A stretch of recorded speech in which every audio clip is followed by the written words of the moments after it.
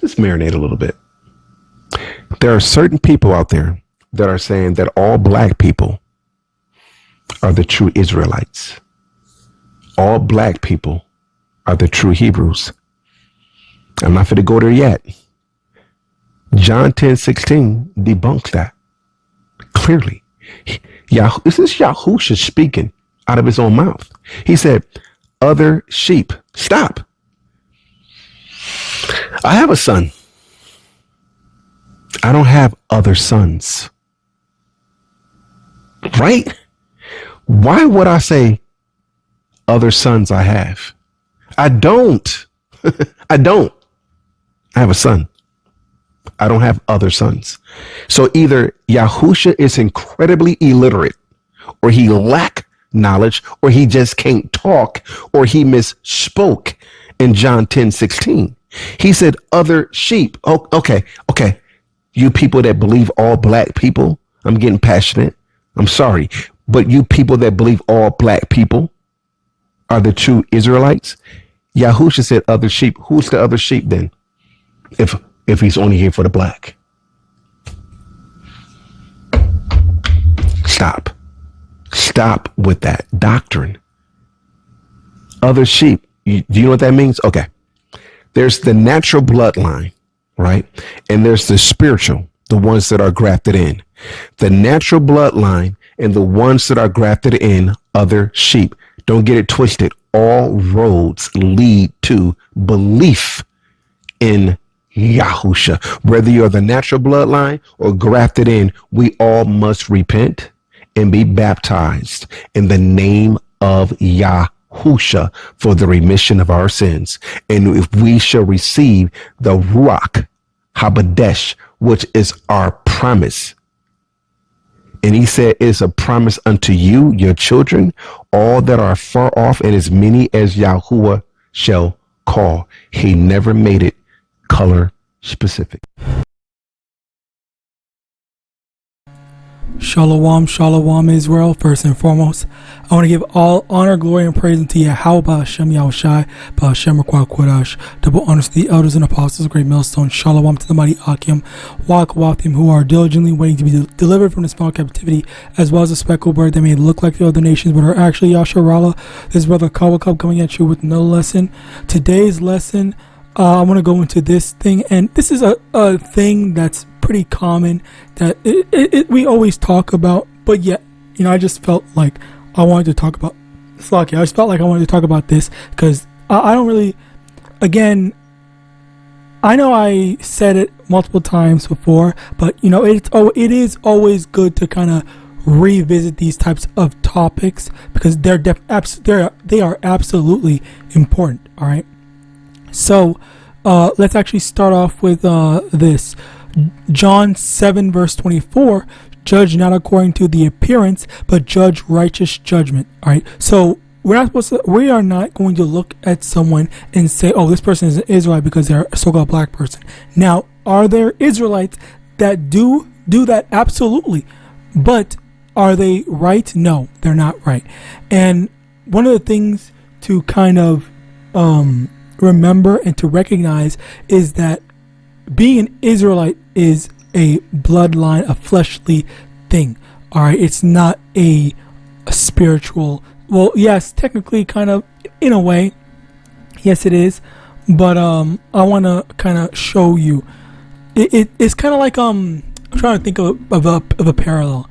It's like through the spirit. Hold on.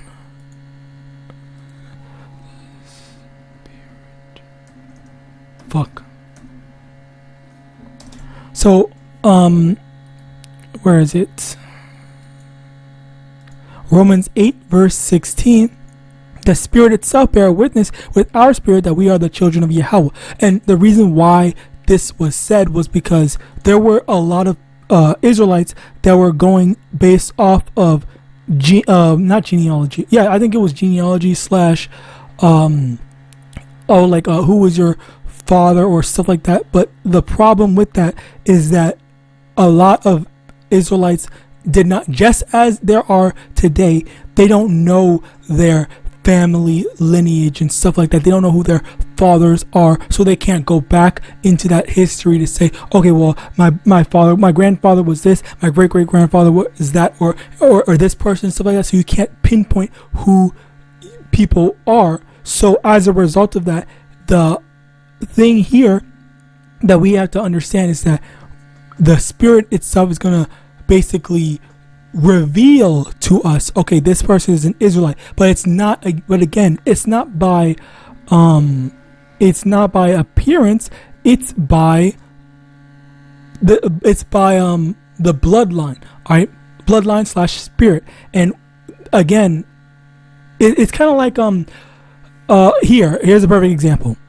If there's a certain group of people, like if there are Israelites that are predisposed to being spiritual, then that is an identifier of that person is an Israelite. So, for example, if there is a so-called white person that is all about praising YAHAWAH, they're a follower of YAHAWAH, they call themselves Israelite and all that stuff, and they genuinely believe that Esau, Edom, or maybe not just Esau, Edom, because I think that's an improper way to kind of go out this conversation in this context. So I'll change it to say, if they believe that, let's say, America is wicked in what they've done, despite looking like those same people, then that might be, a keyword might be, I'm not saying definitively, but that might be an Israelite, not based off their appearance, not based off their skin color, but based off their bloodline, because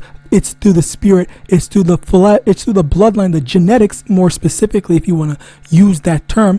I don't think that's the best term to use, but for lack of a better term, I'm going to use that. It is in the genetics of the Israelites to want to call out evil, and it's in the genetics of the Israelites to want to say that I'm a follower of YAHAWAH, Yahawashi, and as a result of that so-called white-looking person would most likely be an Israelite, because they go out of their way to say this is wrong, this needs to be fixed, this, that, and third, or whatever, despite them may have growing up with so-called white parents or stuff like that, or white parents that taught them to be a certain way, but yet despite their racist upbringing, their minds just did not want to associate with that, so they broke off from that mindset, they broke off from that belief in order for them to, push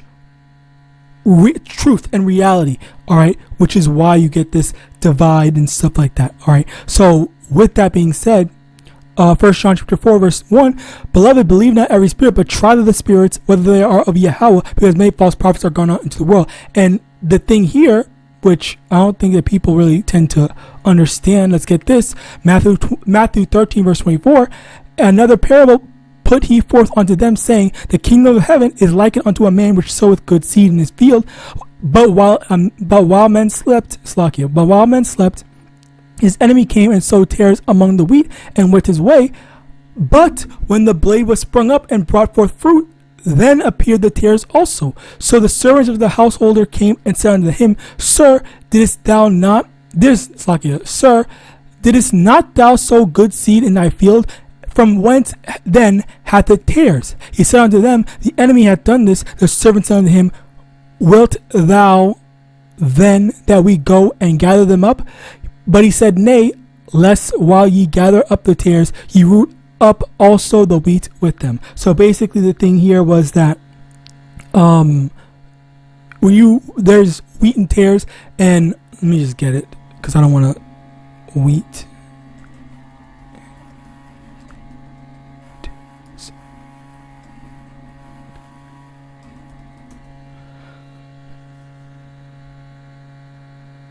So in their early stages of growth, wheat and tares look almost identical. They can only be readily distinguished and safely separated at full maturity. So basically, during our time here in Babylon, we're not going to be able to tell who's an Israelite or who's not, because it's damn near impossible, because they look some of us might look almost identical. So that's why when it comes to so-called black people, some so-called black people are actually Edomites, and we see that it's kind of like what Uncle Ruckus thought he was. All right, and as well as what ironically, if you don't know, the Freemans in the Boondocks, all right, the dude's name Catcher Freeman, all right, his father was an Edomite. So by extension, that basically means that the Freemans are most likely, keyword most likely, Edomites as well, because Catcher Freeman's father was an Edomite. So that goes to show that people freaking love the Boondocks. People love Huey Riley, Granddad, all that stuff, or Robert Freeman, whatever. All right, they love those characters, but they don't realize that through that story that Aaron Magruder made as a part of their history, he just basically said that they are historically so-called white people despite living in the thing. Now, obviously, it's not 100%, like 1,000% confirmed, because there is the fact of, Catcher Freeman had a daughter, and maybe somewhere along the line that daughter, got with another so-called white man, and then there was all that stuff going on with the mixing in, having kids in the next generation. But obviously, there is no like lineage thing. It seems to be just, okay, well, he had a son, the son had a son, son, and then it went that way, and that's what makes it seem that, oh yeah, the Freemans are just damn near Edomites and stuff like that. But regardless of that, that's not the main point.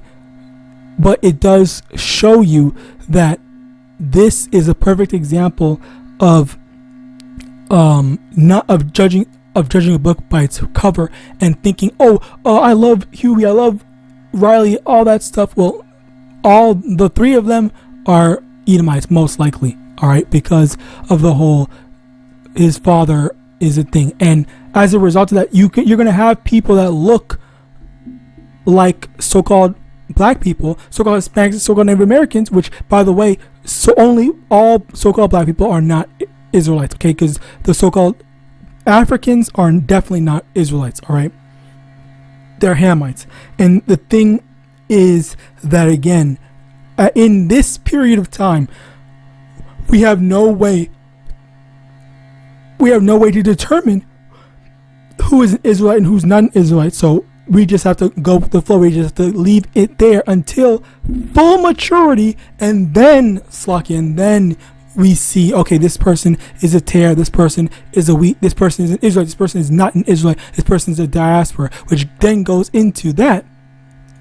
John 7 verse 35, then said the Jews among themselves, whither will he go that we shall not find him? Will he go on to disperse among the Gentiles and teach the Gentiles? Which this is the thing here that this man missed, where when it goes to the other sheep are the diaspora, and that's basically it. So there are going to be, or more specifically, let me go further into it. It's like